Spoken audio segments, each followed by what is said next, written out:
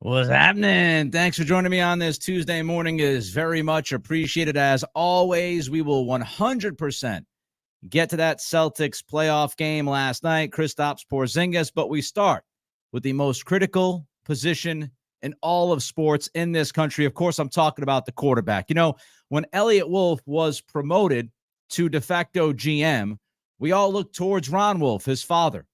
Storied GM, storied front office executive, NFL Hall of Famer, to try to figure out how much Eliot would be a carbon copy of his dad. And the one thing about Ron Wolf that you could point out immediately was that he was a believer in needing a top quarterback to consistently win at a high level.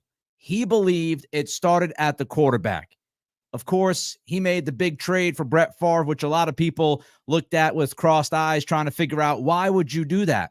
And it's because Ron Wolf believed through and through in traits. You need traits as a quarterback. And if you have elite traits, that's even better. And so we look at what the Patriots have just done over the past weekend. We look at the 2024 NFL draft, and it really sticks out to me that Eliot is just like his father, Ron. He looks for quarterbacks that have traits, and not only traits, but at least one or two elite traits. When you look at what the Patriots did, drafting Drake May number 3 overall, and then coming back and drafting Joe Milton in the 6th round, we're talking about two quarterbacks who have big-time arms. Now, May has a great arm, a big arm. Milton has a crazy bazooka-like arm. You could put both guys in the category, I think, of elite arm strength. So you're looking for that big-armed quarterback. You're also looking at athleticism. Drake May, for his size, 6'4", 225. I've said before, you can kind of build that frame. You can envision it getting up to 240, but he's a big guy, and he's an athlete.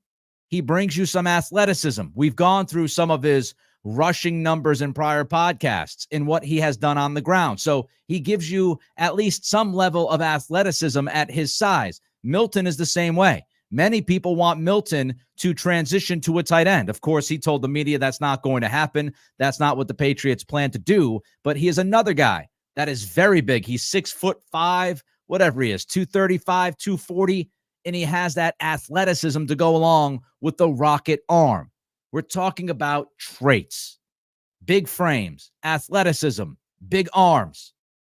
And when you look at Eliot Wolf and what he did during this draft, he took big swings. Drafting Drake May at 3 was a big swing. It was not an easy decision when you look at some of the possible risks with that pick, right? A lot of people want you to believe that it was an easy decision. It wasn't. There's plenty of pundits, there are plenty of analysts that have told us that May is the guy that needs a lot of polish. He might not work out, might take a year or two, might have to sit him for 2 years before he can get going, all of those things. But Eliot took the big swing on May. Then he took a swing on Joe Milton. Before I continue, don't forget to give us that thumbs up on the podcast. Always appreciate the support. We are nearing 3,200 subscriptions. The next goal is 3,500. It is going to be a slow but steady pace for us to get there. Your support helps. Give us that like. Give us that thumbs up. Takes a second of your time. Also, don't forget to subscribe and rate and review Spotify and Apple Pods. So you compare what Eliot Wolf and this front office did over the weekend to the prior regime. Think about the quarterbacks that Bill Belichick brought in most recently, right? Think about those guys. Mac Jones, Bailey Zappi. Those quarterbacks, they were nothing like May and Milton. Absolutely nothing like those two guys. Average arms, you might say slightly above average for Bailey Zappi, but nothing that jumps out at you. You don't see Zappi and Mac throw the football and fall back saying, oh my goodness, what a throw. Did you see that guy rip it? They don't have those kinds of arms. They don't have that juice. Mac, I always thought, was a better athlete than people gave him credit for, but that's because people thought that he couldn't move at all. But he's not a great athlete. He's not even a very good athlete. Zappi's okay. Average, slightly above average. When we talk about physical traits, When I had the conversations last season about Mac, I had said this clearly. When he was drafted, you can go back and watch some of the stuff I did with Greg Bedard. At no time did I believe he had an elite physical trait. Nobody believed that. It was his processing. It was his ability to read the field and get rid of the football timely and accurately. It was all of those other things. It was a lot of the intangible stuff, but nobody watched Mac in college and said, that jumps out at you physically. The same could be said about Zappe. Those two quarterbacks did not have those kinds of physical traits that stand out to you. They're not walking through an airport and you know all of a sudden that that guy's a professional athlete. They don't step on the field and wow you in any way physically. May and Milton are completely different. They do all of that and then some. They do wow you. And really, it's looking at these players as toolsy. Wolf decided to draft toolsy quarterbacks instead of conservative quarterbacks. He decided to draft guys that can make plays off platform, which inevitably lead to some risk. But Wolf is willing to take that risk because he believes in the boom kind of talent. He's willing to look at May and say, yeah, he's going to make a mistake. He's going to make a bad throw. He's going to try to do too much at some point. But he also has a much higher ceiling and gives us the best chance to win when you're facing quarterbacks like Josh Allen, Patrick Mahomes, Joe Burrow, CJ Stroud, Lamar Jackson, Justin Herbert. All of those guys are in the freaking AFC. And if you want to score points, if you want to battle those kinds of quarterbacks, you do it one of two ways. Your offense has to be precise, and the average to slightly above average quarterbacks are supported by a bunch of weapons and a great offensive line, and your defense shows up. You can beat those quarterbacks if all of those boxes are checked, right? But the other way you do it is you draft a high ceiling guy like May, because if he hits his potential, if he hits that ceiling, he can battle it out. He can make those kinds of plays. He can throw those kinds of haymakers. He can be throwing a 45-yard downfield throw off platform, going to his right, on the run and just chuck it with the flick of the wrist. He can make that kind of play when you need it. Mac couldn't. Zappe couldn't. Those kinds of quarterbacks can't. And so that's why before the draft, I kept pounding this idea that you have to focus on the ceiling. You don't worry about the floor. You worry about the ceiling because you need the ceiling performances against those top-notch quarterbacks. You needed to draft guys that give you that opportunity, that can come up with a freak play when you need it because you know the opposition is going to get that freak play from their quarterback. That's how it works. You saw that in the Super Bowl. Brock Purdy had as good of a season as you could ever expect. And Purdy is really your prototypical recent Patriots quarterback. He's that kind of guy. Pocket, some agility, some mobility, not the strongest arm in the world, processing, getting rid of it quickly, all of those things. That is Purdy in a nutshell, right? He just did it better than Mac did and then Zappe can. But you look at the Super Bowl, what was the difference? The difference was Mahomes could come up with the magical in the final quarter and a half of that game.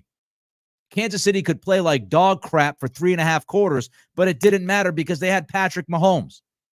And it takes one drive. It takes 2 or 3 plays from that guy, from a quarterback with that talent that turns the game around. That's the difference. Your margin for error. Wolf, Highsmith, Mayo, they seemingly understand that. They understand that you get a quarterback that can do the special a couple times a game. That could be the difference from you packing your bags and going home or packing your bags and moving on in the playoffs. That's the difference.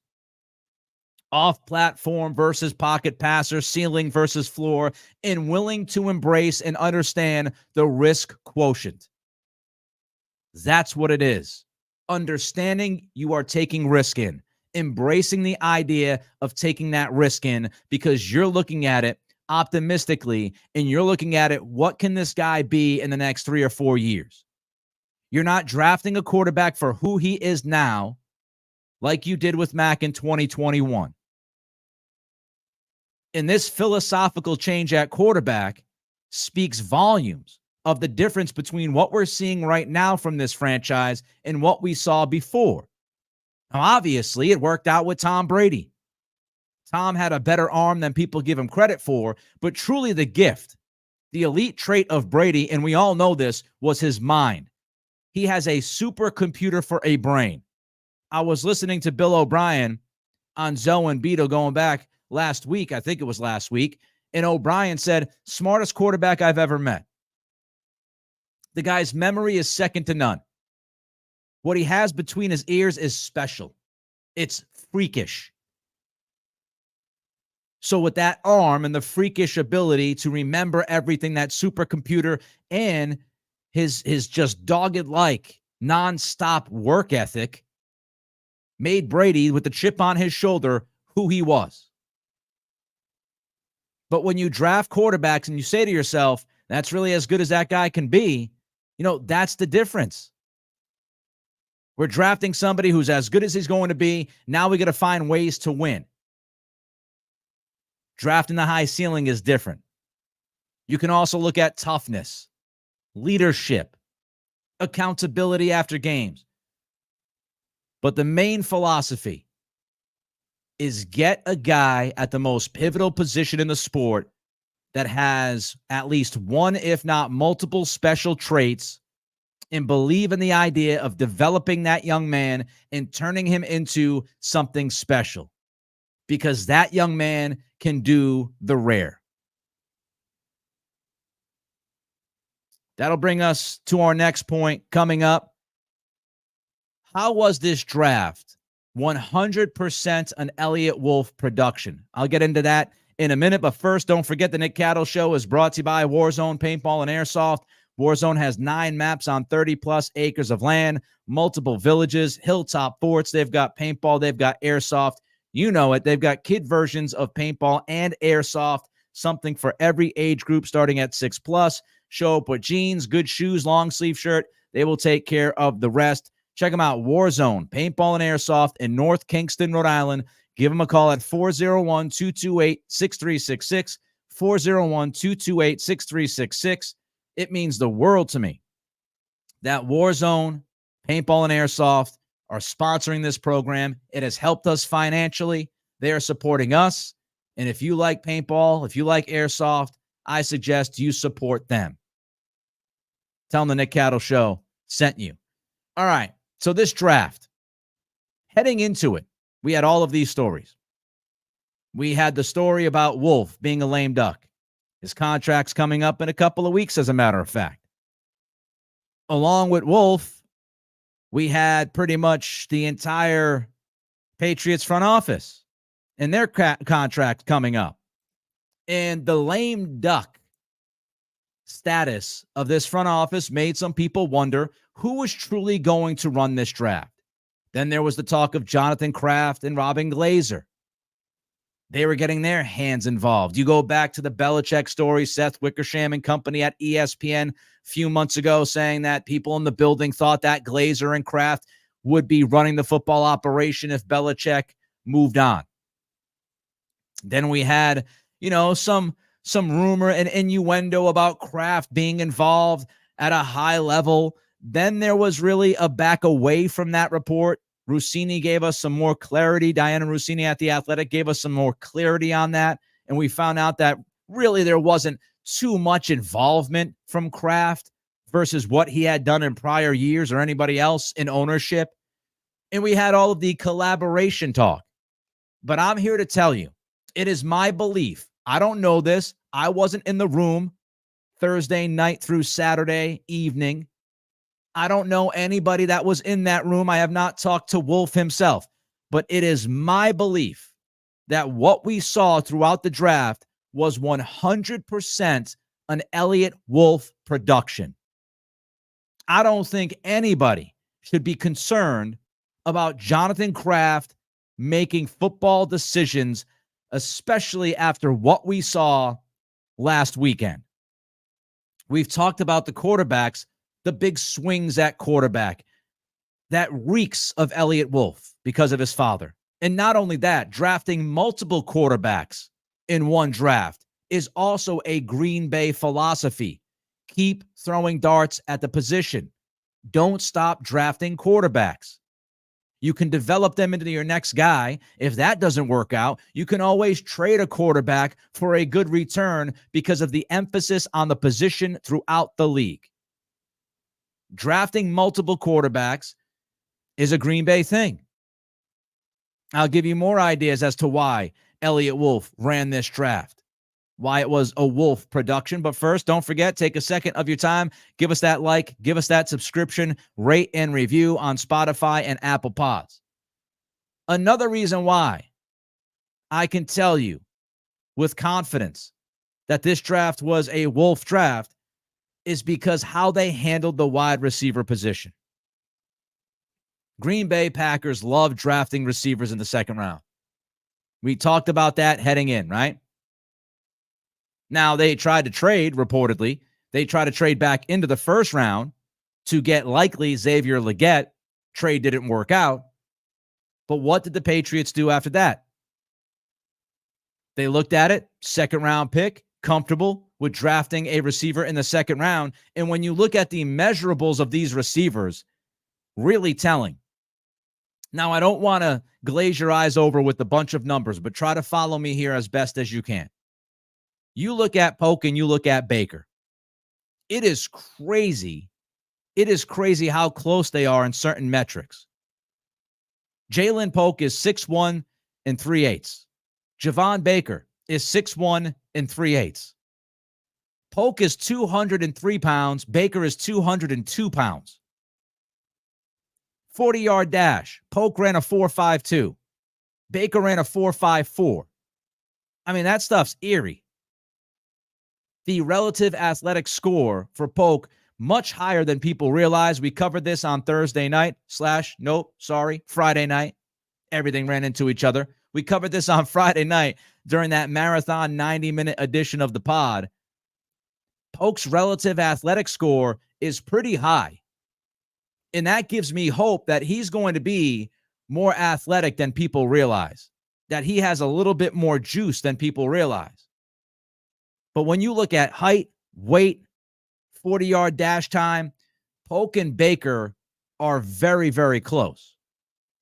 And when you compare that to a couple of prior Packers wide receivers that were drafted in the second round, you could see the philosophy seeping through. It's obvious. Davante Adams was 6'2". Again, Polk and Baker are 6'1" and change. Adams was 212, so a little bit heavier than Polk and Baker, but I think you can put weight on both of those guys. The 10-yard split for Davante Adams was 1.53. For Polk, it's 1.52. And I'm not telling you that Polk and Baker are going to be Davante Adams. Don't do that. Do not do that. I'm just simply comparing the measurements and showing you why I believe this was an Eliot Wolf draft. The 40-yard dash for Davante Adams was a 4.56. Again, Polk was a 4.52. Baker was a 4.54. Sound familiar? How about Jordy Nelson? My buddy Greg Bedard has brought this one up often. Nelson was a little taller. He was 6'3". But you look at the 10-yard splits. Polk was a 1.52. Nelson was a 1.5. You look at the 40-yard dash. Polk was a 4.52. Nelson was a 4.51. I mean, you start to look at these things, and these receivers that were drafted over the weekend are receivers that you could easily see being drafted by the Green Bay Packers. And not only that, not the type of receiver, not just the measurements and the size of these receivers and the 40-yard dash times and the 10-yard split times, but also where they got these guys. Drafting them in the second round, drafting them in the fourth round. You look at how the Packers have built this current roster they have right now. They've got, Jordan Love, who was the big swing at quarterback. Yes, they got him later in the first round because they were fortunate, but they drafted Love, who had some rough mechanics, footwork, elongated throwing motion. Everybody knew he needed work. They drafted him, just like the Patriots drafted May on Thursday night. Then what did they do? They drafted Christian Watson in the second round. Patriots draft Jalen Polk in the second round. They draft Romeo Doubs in the fourth round, I do believe. Patriots draft Javon Baker in the fourth round. I mean, it's a carbon copy, folks. You can go down the list. I have more on this, more thoughts, but first let's get to After the Huddle. Sends a super chat. Thank you. Nick, you got a good radio personality. Hopefully you find something in sports radio again. Well, thank you, ATH. Hey man, I can't do the hiring, right? I can only do what I do. And trust me, when I was out in Sacramento, I was a program director, and there are a lot of things that happen in sports radio that don't make a lot of sense to the outside world. And I can tell you there's a lot of things that happen in sports radio that didn't make sense inside the sports radio world when they happen. Decisions are made for certain reasons. There's no explanation. Maybe I find my way back to the radio. It is my first love. It is my passion. I love doing this, obviously. But I would love to get a couple of swings back on the radio. But if it doesn't happen, it doesn't happen. I appreciate the super chat and the kind words, ATH, as always. The other thing that should stand out to us, Wolf is a big, big film guy. And I know we just ran through the numbers and the measurements, but the first thing that Wolf does is he watches the film. And I'll never forget, there was a fantastic video that was released by the Rams going back a couple of months ago. And it was Les Snead, the GM of the Rams, talking with Sean McVay. And they were in the office, the war room, whatever you want to call it. And they were watching Puka Nacua. And the entire conversation was about Puka Nacua's speed and whether he was fast enough, athletic enough to survive in the NFL. And there was this back and forth between Snead and McVay. And Snead at one point said, this guy's play speed is better. This guy's play speed jumps out at you when you watch the film. And we know he didn't test great at the combine. We know he wasn't a burner at the combine. But when you watch him, his on-field speed is really good. And McVay, as the offensive mind in the room, said, I know exactly how I'm going to work that guy within the game plan, within the game, and within the offense. And if you go back and you watch that Snead conversation with McVay, I almost feel like you could envision Wolf having the same exact conversation with Alex Van Pelt. Yeah, you know what? Polk didn't jump out with his 40. He ran over a 4.5, but this guy's on-film speed is much better than you would ever anticipate. And I can see Van Pelt saying, I know exactly how I'm going to utilize this talent. Polk, I think, is a great fit for what the Patriots want to do offensively with Van Pelt's offense. And when you look at the on-field speed, I bring it up because Evan Lazar, who does a great job at Patriots.com, he posted this yesterday and it jumped out. In-game athleticism scores. Jalen Polk's in-game athletic score is a 91.3, which puts him in the top 10 percentile. Javon Baker is an 87.1, which puts him into the top 15 percentile. So what that means is, even though Baker and Polk weren't as awesome in their workout outfits at the combine, and they didn't blow people away by running a 4.44 or a 4.4 or a 4.3, whichever number you want to put on it, a Xavier Worthy 4.21, even though they didn't blow the combine out of the water, their in-game athleticism for Polk was top 10 percentile, for Baker was top 15 percentile, i.e., a Puka Nacua-like result. Somebody who might not jump out at you running at the combine, but when you watch them actually play the game of football at the collegiate level, their athleticism is really good and much better than you would anticipate by watching the combine and reading these numbers off of a piece of paper. And that brings you back to Wolf and the fact that he loves film. He's a film-first dude. And so Wolf is watching the film, and I'm sure other scouts in that front office are watching the film, and they're saying, we know how these guys tested, but we're watching these guys play. And these guys can get open. These guys play a little bit quicker than anybody would think. So remember that as we watch them develop early on. Rookie minicamp, by the way, is less than 2 weeks away. Another reason why an Eliot Wolf production, I believe, is what we saw during this draft, goes back to the Love, Dobbs, Watson idea. And Jalen Reed's another receiver that the Packers drafted to help support Jordan Love. They are building this offense together. They draft May. They draft Polk. They draft Baker. They draft 2 offensive linemen. They draft Jaheim Bell. They are building this offense together. And what you hope for is that as Drake May develops and grows into the quarterback that he's going to be, he has Baker and Polk right by his side, working day in, day out, building that chemistry.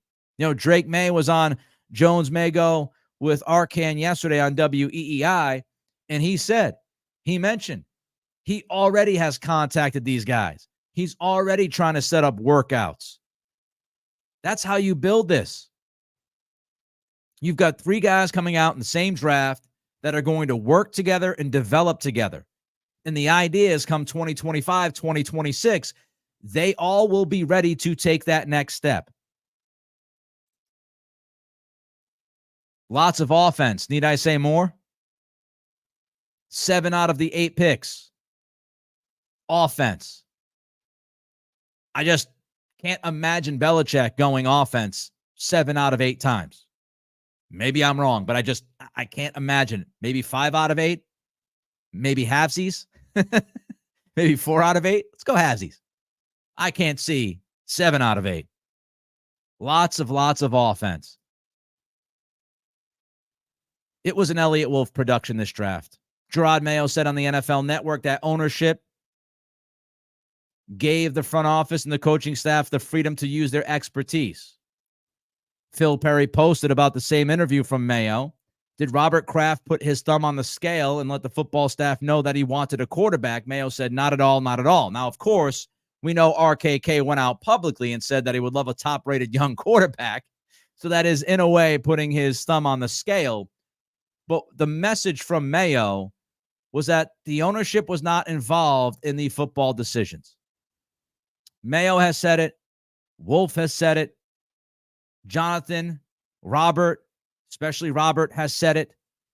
All of the reporting about what has been going on says that there has not been a dramatic change regarding the Crafts and their say with what the Patriots do football-wise. There's not really a shred of evidence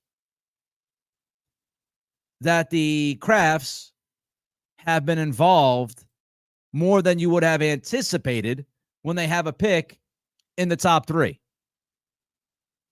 One final note on this that I want to bring up. Don't forget to like and subscribe, rate and review. Also have a Patreon channel, patreon.com/Nick Cattle, CATTLES, $5 a month, $1.25 a week, bunch of extra exclusive content for you. We're going to do a community chat tonight on the Patreon. We do that every couple of weeks, so check out that page. Here's the thing that we all have to recognize and acknowledge, and I tweeted this at Nick C Radio, right there. There you go, right there. I tweeted this at Nick C Radio. The thing about the Jonathan Kraft narrative, the idea that Jonathan Kraft and Robin Glazer are running the football operations, and there are going to be certain people who continue to push this narrative that is what's happening, even though I just gave you multiple reasons why this draft was an Eliot Wolf production. That narrative is going to continue because there's no way to disprove it. There's no way. The only way to disprove it is the people that are involved come out and say it's not happening. That's already been done. But that's not good enough for some people because we're told that the Crafts are lying or Robin Glazer is lying or somebody is covering something up. The reports tell us that Wolf is the final decision maker. The draft showed us that Wolf was the final decision maker by the selections that were made. Mayo, Wolf, Robert, they've all come out publicly and said, ownership is not going to get involved in these kind of decisions. But the people who want to continue to push that story, the people who want to continue to make you believe that Jonathan Kraft is sitting there in the draft room, even though he was nowhere to be found most of the time, that he is sitting there telling this front office on who to pick and when to pick him and why to pick him, that's going to continue to be pushed over and over and over and over again to you because it cannot be disproven and because it is something that you can talk about and rile people up about and get content out of. But there is not a shred of evidence that Jonathan Kraft made a pick throughout this draft. There is not a shred. And who knows where Robin Glazer was? She might have been watching the draft with us on the couch eating Doritos. Who knows? Maybe she was out having a margarita. I don't know. But be prepared. Be prepared for that narrative to continue in certain circles. Because it's something that you can't disprove unless we get 24-hour surveillance in the Gillette facility with cameras and audio provided to us. Maybe some of these people who are pushing it would love to be in that war room. Maybe that would win them over. But there's nothing that tells us that. You look at the results of this draft, you look at the process, and to me, it sounds like this was a process that was collaborative and that Wolf made the final decision on the calls. And when you look at the kind of talent that was drafted, you look at when these guys were drafted, you look at the overall philosophy, it all screams School of Wolf. I love Judge Judy. Love Judge Judy. And Judge Judy would say, right? If it walks like a duck, it looks like a duck, it's probably a duck. If it looks like an Eliot Wolf draft, walks like an Eliot Wolf draft, then it's probably an Eliot Wolf draft.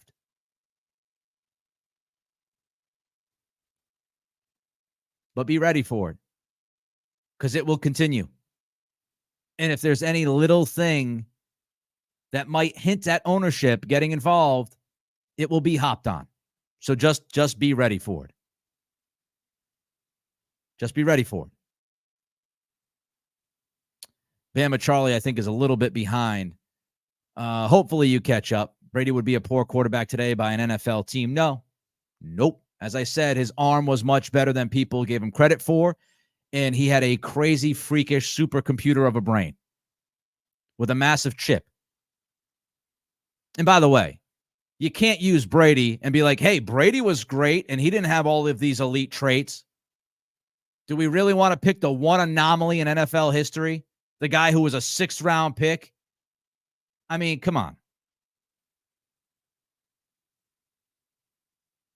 That's just Brady was different, okay? He was different. Look at the other quarterbacks in the league right now. What is the common denominator? Look at Patrick Mahomes. Look at Josh Allen. Look at Lamar Jackson. We talked about Purdy and margin of error.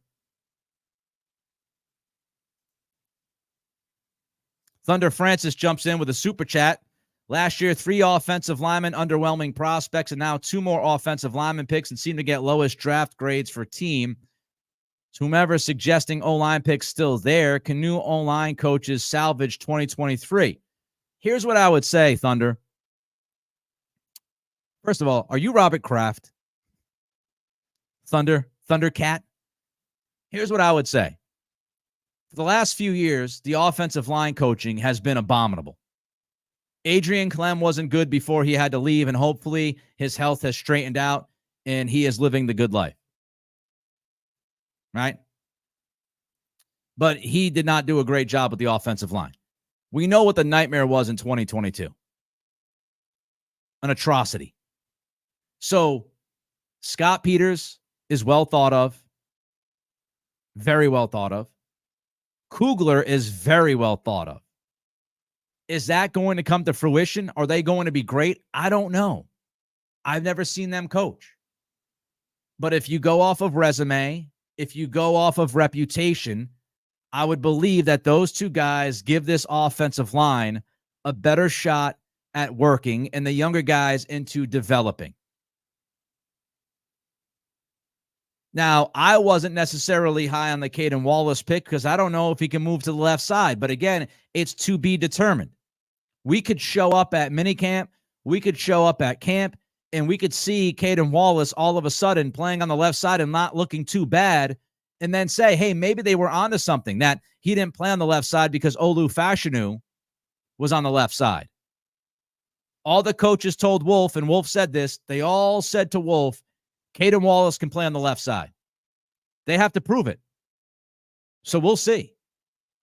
But I do think Peters and Kugler, they come in with much better resumes and reputations than Adrian Clem and especially Matt Patricia.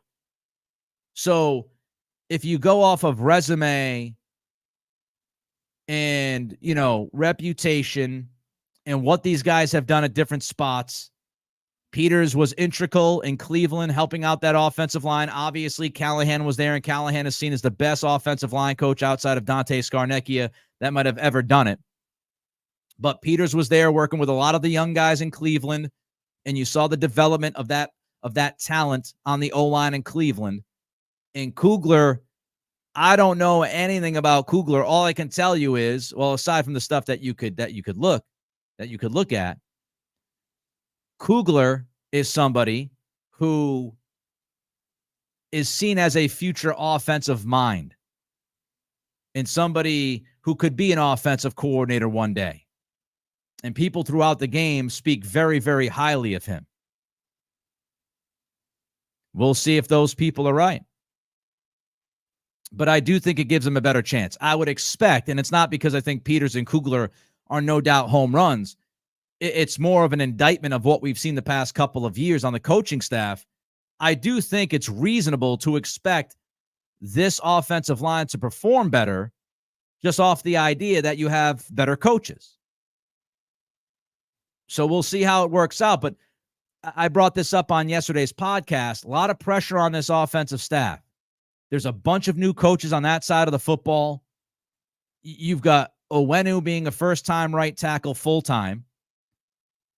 Chuck Secor looks like he's going to slide to the left, and he's played like a handful of snaps on the left side in the NFL. He played left side at college, but can you get him back to the left at the NFL? We'll see.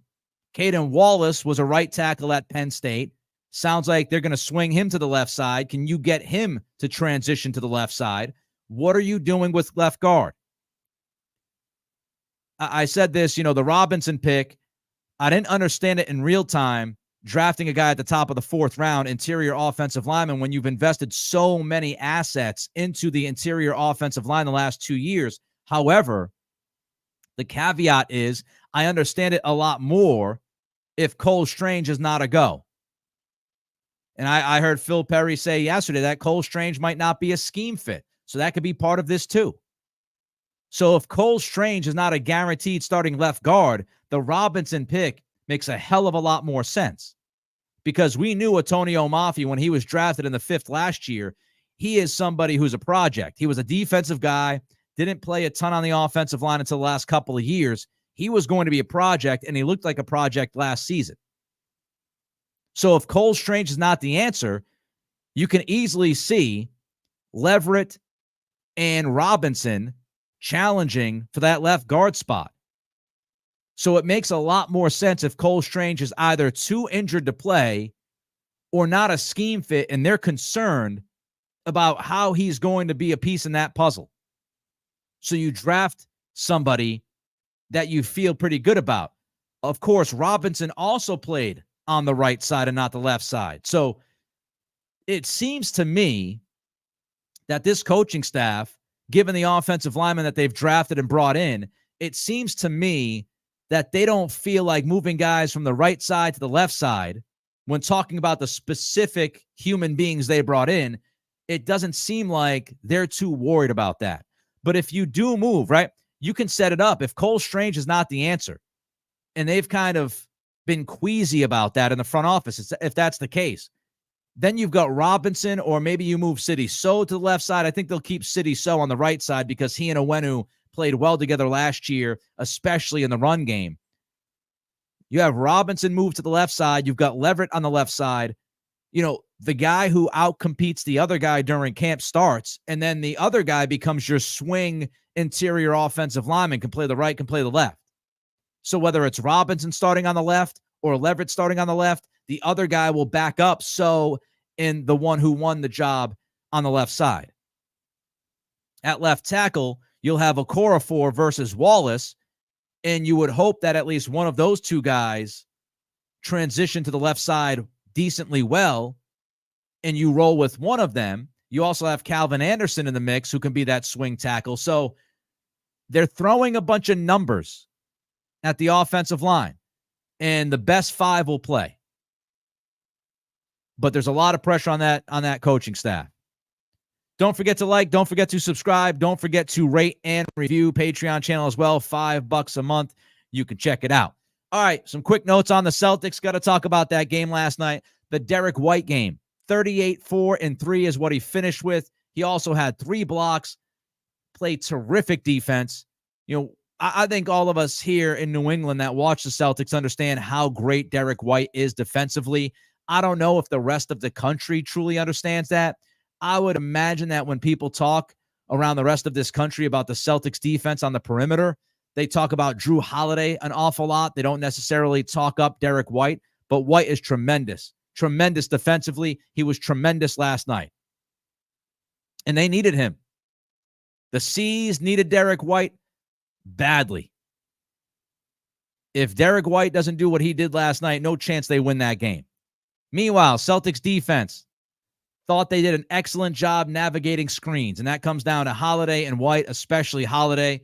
When Holiday was traded to the Celtics, I did a podcast, it feels like years ago, Cattle's on Causeway, and I broke down Holiday's defense, and I described how he navigates screens, how he makes it tough for teams that try to run those screens like Miami tries to run. And we've seen in the last 2 games, Game 3 and Game 4, Holiday making it very difficult on the screener, navigating, going over the top of those screens, keeping pressure on the guy with the ball, specifically Tyler Hero. The ability to navigate those screens means an awful lot, and I thought the Celtics have done a really good job the last 2 games of doing that. They also trailed the shooters. We saw White do that with a fantastic block on Patty Mills last night. They trailed the shooters. They contest the shooters from behind. They block shots from behind, and it makes the shooter very, very, very unsure of himself coming away from those screens, detaching himself from those screens. Since Game 2, and I still can't explain what the hell Game 2 was defensively, but since Game 2, the C's have also done a much better job at contesting shots on the perimeter, staying within guys' airspace, better ball pressure, and again, fighting through those screens. Miami, meanwhile, continues to be Miami. Just a lot of extra. The Caleb Martin play, Jason Tatum, late in Game 1. Then you had Bam Adebayo last night. And I don't think Adebayo is intentionally trying to hurt his really good friend Tatum. But it's just a lot of extra. It's unnecessary. If you want to contest the shot after the whistle, then just put your arm up. But Adebayo stepped into Tatum's space, and that's where it gets dangerous. And it was unnecessary. And I thought if you go back and you watch that game late last night, late fourth quarter, Caleb Martin, again, this dude is reckless.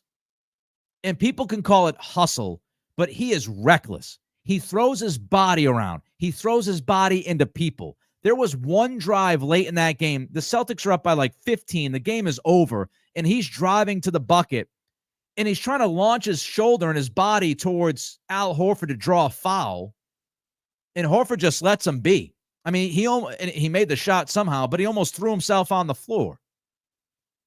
Like, there's just a lot of extra with this team, and I'm tired of it. I'm so tired of the Miami Heat matchup by now.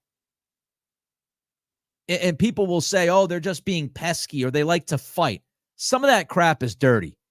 Some of that crap is underhanded. And I'm just tired of it. Like just extra chippy crap. Bunch of wannabe tough guys at some points, right? That's how it looks. It feels like they want to be tough. And yeah, they're physical. And yes, I give them credit. They don't give up. And Eric Spoelstra is the best coach in the NBA for my money. But I'm just so damn tired of the extra from that team. I want to move on. Like, I just want this team gone. And I thought the Celtics did a really good job of keeping their composure, keeping their poise last night. They won that game by 14 in Miami, and Tatum and Brown shot a combined 37.5% from the field. You had Brown and Tatum shooting under 38% from the field. Brown had 6 turnovers. Brown was awful last night. He was atrocious. He missed like 6 bunnies right at the bucket.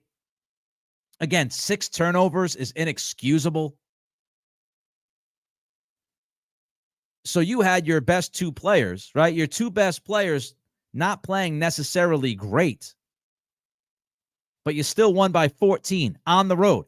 And I know, look, Butler's out, Rozier's out, but you lost Kristaps Porzingis at halftime, right? And now all eyes are on Porzingis. Woj last night tweeted that early indications were that it's not an Achilles tear, which was great news. But now we're waiting to see if it's a grade 1 or a grade 2. Porzingis tweeted out last night that he'll be good, but we're all kind of waiting with bated breath as to see what happens with KP. Walked out with a boot last night. But just ask yourself this question.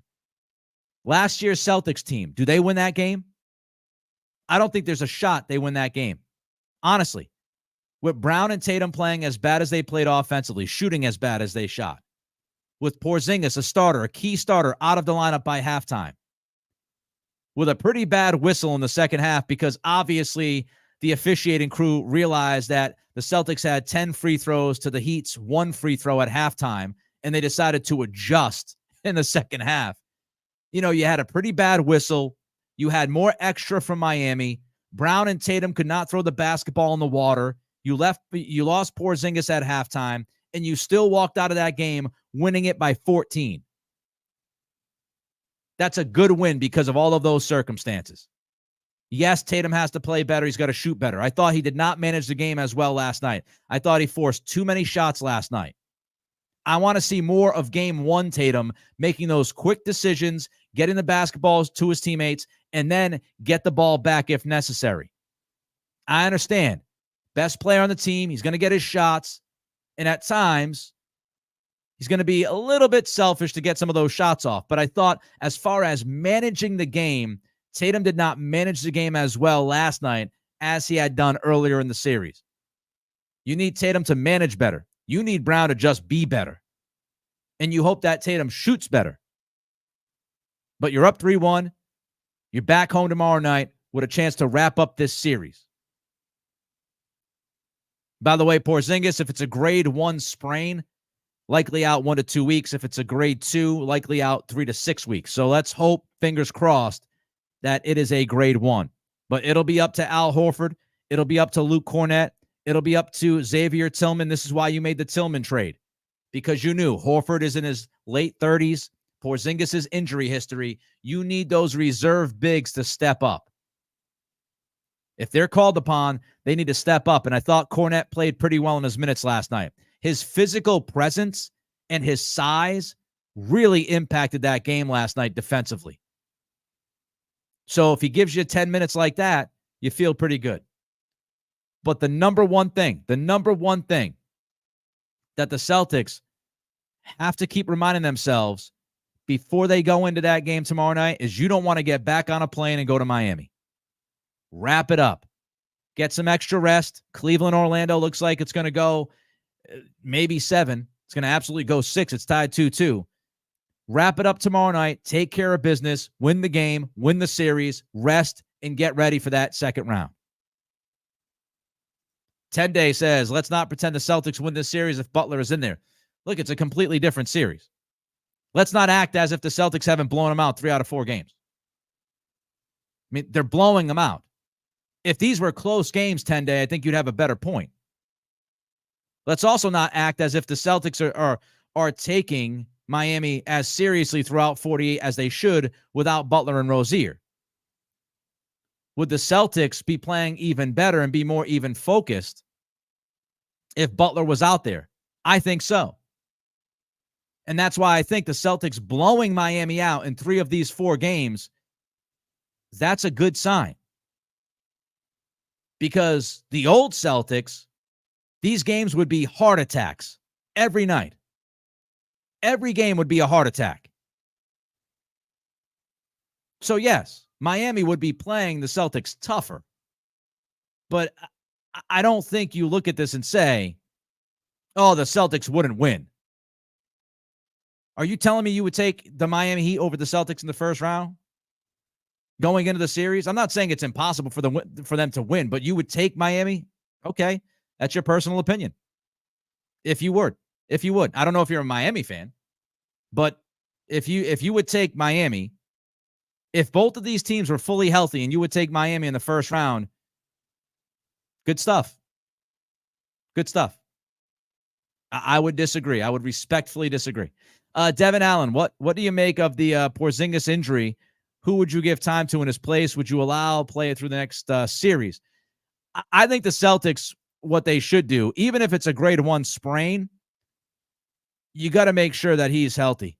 You got to make sure he's 85, 90% before he comes back. If you've got to wrap him up in bubble wrap, if you've got to be super conservative with Porzingis to get him to the finals, if you can get that far, then yeah, I would absolutely be very conservative with Porzingis moving forward. That's what I would do. And I think that's what they will do. As far as who could sub in for him, I think you'll see minutes from Kornet first and foremost. You know, Mazzulla is a pretty loyal guy, and Kornet, look, I have not been a big Kornet guy, but Kornet's played much better since the All-Star break than I ever expected him to. He's been much more physical. He's been really good on the glass. He's been a rim protector. So I'm no longer afraid of Kornet minutes. So I think Kornet gets the first shot like he did last night.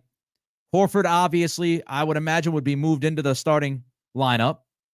Kornet would get some of Al's minutes. And if you go with the double big, I think you'll see Kornet and Tillman. But most likely Horford and one of the other guys because you want to keep that shooting. Tillman's not a great shooter. Kornet doesn't shoot from distance. So if you go with the 2 bigs, you could see Kornet and Tillman for a spell depending on minutes. But I would imagine the plan would be it would be Tillman and Horford or Kornet and Horford when you go double big. And you could also see Tatum play more minutes, you know, at the 4. You can mess around with that as well. You can just strictly lean on your starting 5 for a couple more minutes than you would want to. And then, you know, fudge the bench a little bit with the bigs.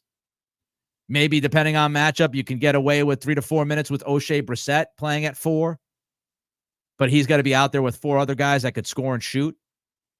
But I think you start with this idea of Kornet replaces Horford's bench minutes. Horford replaces Porzingis' starting minutes. And then you adjust if you have to. Dependent on matchup, dependent on performance. Devin Allen, appreciate the super chat. Pretty much just answered that. You know, Porzingis, look, it was the one thing, right? It was the one thing we all talked about. The guy is a massive, massive game changer for this team because of his ability to handle the zone, his ability to stretch the floor, his ability to protect the rim, the post-up game. He is an impact game-changing player for the Celtics. The question has always been and will forever be, can he stay healthy? And here it is, first postseason after he was taken care of for most of this year, and he strains his calf.